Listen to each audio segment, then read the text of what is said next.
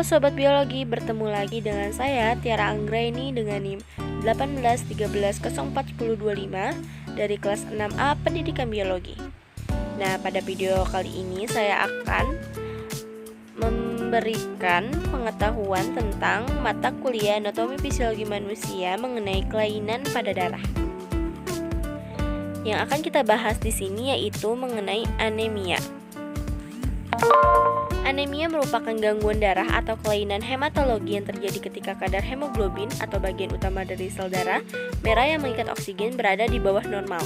Anemia juga sebagai keadaan bahwa level hemoglobin ini rendah karena kondisi patologis. Defisiensi Fe juga merupakan salah satu penyebab anemia, tetapi masih banyak penyebab-penyebab anemia yang lainnya. Yang akan kita bahas selanjutnya itu tentang macam-macam penyakit anemia.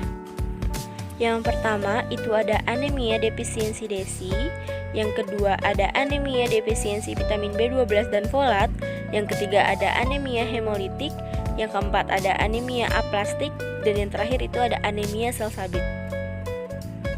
Selanjutnya kita akan membahas tentang faktor penyebab dari masing-masing jenis penyakit anemia. Yang pertama akan kita bahas yaitu tentang anemia defisiensi Desi. Pada dasarnya, penyebab anemia ini sangat bervariasi. Kondisi ini juga bisa terjadi saat seseorang tidak mengonsumsi makanan yang mengandung zat besi dengan cukup, tubuh tidak bisa menyerap zat besi, atau tubuh kehilangan zat besi melalui darah, ataupun saat seseorang sedang hamil. Kita bisa lihat perbedaan dari sel darah merah normal dan sel darah yang mengalami anemia defisiensi ini. Yang kedua akan kita bahas tentang anemia defisiensi vitamin B12 dan folat. Anemia ini adalah suatu kondisi di mana jumlah sel darah merah atau jumlah hemoglobin, protein pengangkut oksigen dalam sel darah merah ini kurang dari normal. Anemia ini juga disebabkan oleh kekurangan vitamin B12. Selain zat besi, sumsum tulang memerlukan vitamin B12 dan asam folat untuk menghasilkan sel darah merah. Jika kekurangan salah satu darinya, bisa terjadi anemia megaloblastik. Paling sering disebabkan oleh kekurangan vitamin B12 dan asam folat dalam makanan atau ketidakmampuan untuk menyerap vitamin tersebut. Kadang, anemia ini juga disebabkan oleh obat-obat tertentu yang digunakan untuk mengobati kanker. Contohnya seperti methotrexate, hidroksiurea, fluorouracil, dan sitarabin. Selanjutnya, yang ketiga itu ada anemia hemolitik. Penyakit ini terjadi pada Penyakit ini terjadi saat sumsum tulang tidak dapat membuat sel darah merah yang cukup untuk menggantikan sel yang tidak sehat. Hal ini menyebabkan sistem kekebalan tubuh mengenai sel darah merah sebagai benda asing dan akan menghancurkannya. Anemia hemolitik ini juga terjadi karena sumsum tulang tidak menghasilkan sel darah merah yang cukup atau tidak berfungsi secara normal. Penyebabnya yaitu 1. Kecacatan genetik dalam sel darah merah. 2. Terpapar bahan kimia, obat-obatan, dan racun tertentu. 3. Adanya infeksi. 4. Adanya bekuan darah. Yang kelima itu menerima transfusi darah dari donor yang bergolongan darah lain. Atau yang terakhir, diagnosis anemia hemolitik. Selanjutnya itu ada anemia aplastik. Ada beberapa faktor yang dapat meningkatkan risiko terjadinya anemia ini. Yang pertama, pemakaian obat-obatan seperti chloramphenicol dalam jangka panjang. Kedua, menderita penyakit lain seperti paroxysmal nocturnal hemoglobinuria. Yang ketiga, infeksi hepatitis baru. Kelima, ada kehamilan.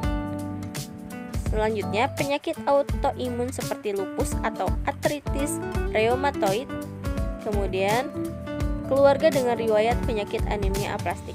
Di samping ini ada gambar perbedaan antara sel darah normal dan sel darah yang memiliki penyakit anemia aplastik.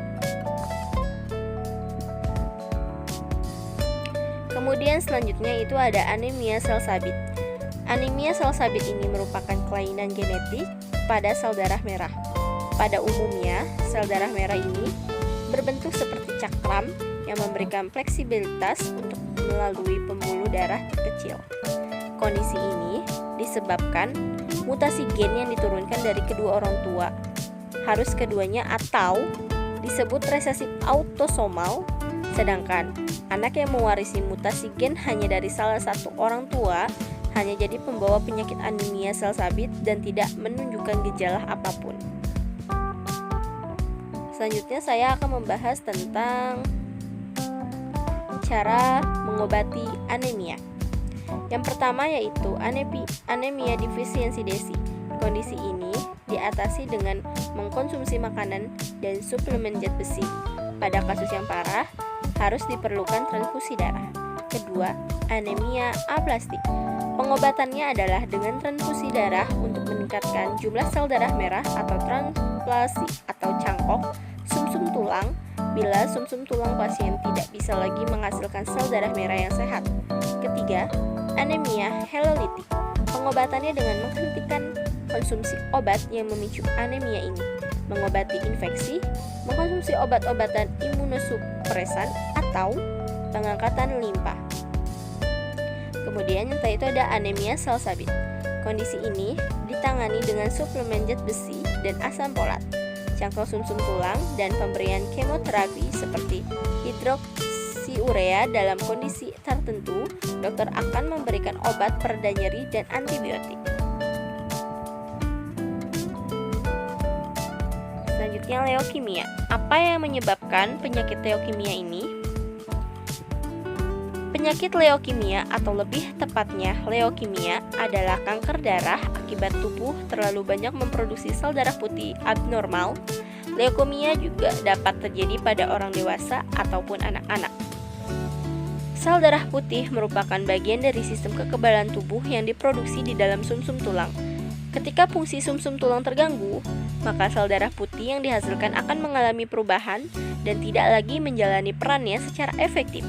Penyebabnya ketika jumlah komponen darah tersebut berada di bawah normal atau malah berlebihan, yang akhirnya fungsi organ tubuh yang lain juga akan terganggu. Selanjutnya, apakah penyakit leukemia itu dapat disembuhkan? Menurut saya, ada beberapa jenis leukemia, misalnya seperti leukemia limfotik akut, mempunyai harapan sembuh sebesar 20 hingga 40% dengan penanganan dan pengobatan yang tepat dan benar, serta didukung faktor-faktor seperti masih dalam stadium awal dan masih mempunyai usia kurang dari 30 tahun. Jumlah sel darah putih di bawah 30.000. Terjadinya perbaikan sempurna dalam waktu 4 minggu. Angka harapan sembuh ini berada dengan leukemia tipe lainnya. Jadi, untuk memastikannya disarankan memeriksa diri kembali ke dokter spesialis penyakit dalam atau anak jika usia masih di bawah 18 tahun. Gejala seseorang terkena thalassemia, yaitu yang pertama anemia, kedua masalah tubuh kembang, ketiga pubertas terlambat, keempat perut membesar, dan yang terakhir itu tingginya kadar zat besi. Kemudian cara mengatasi penyakit thalassemia ini bagaimana? Jadi, penderita penyakit ini perlu menjalani pola hidup sehat dan dianjurkan untuk mengkonsumsi makanan rendah lemak, sayuran, dan buah-buahan. Penderita sebaiknya membatasi makanan yang mengandung zat besi, seperti daging sapi dan ati ayam. Olahraga secara rutin juga penting untuk dilakukan, namun sebaiknya konsultasikan dulu ke dokter mengenai jenis olahraga yang aman serta intensitasnya untuk melindungi diri dari infeksi. Penderita juga dianjurkan untuk rajin mencuci tangan dan membatasi interaksi dengan orang sakit. Perlindungan ini juga dibutuhkan terutama untuk penderita yang sudah menjalani operasi pengangkatan limpa. Terima kasih kalian sudah menonton video ini. Kurang lebihnya mohon maaf. Thanks for watching. Bye-bye.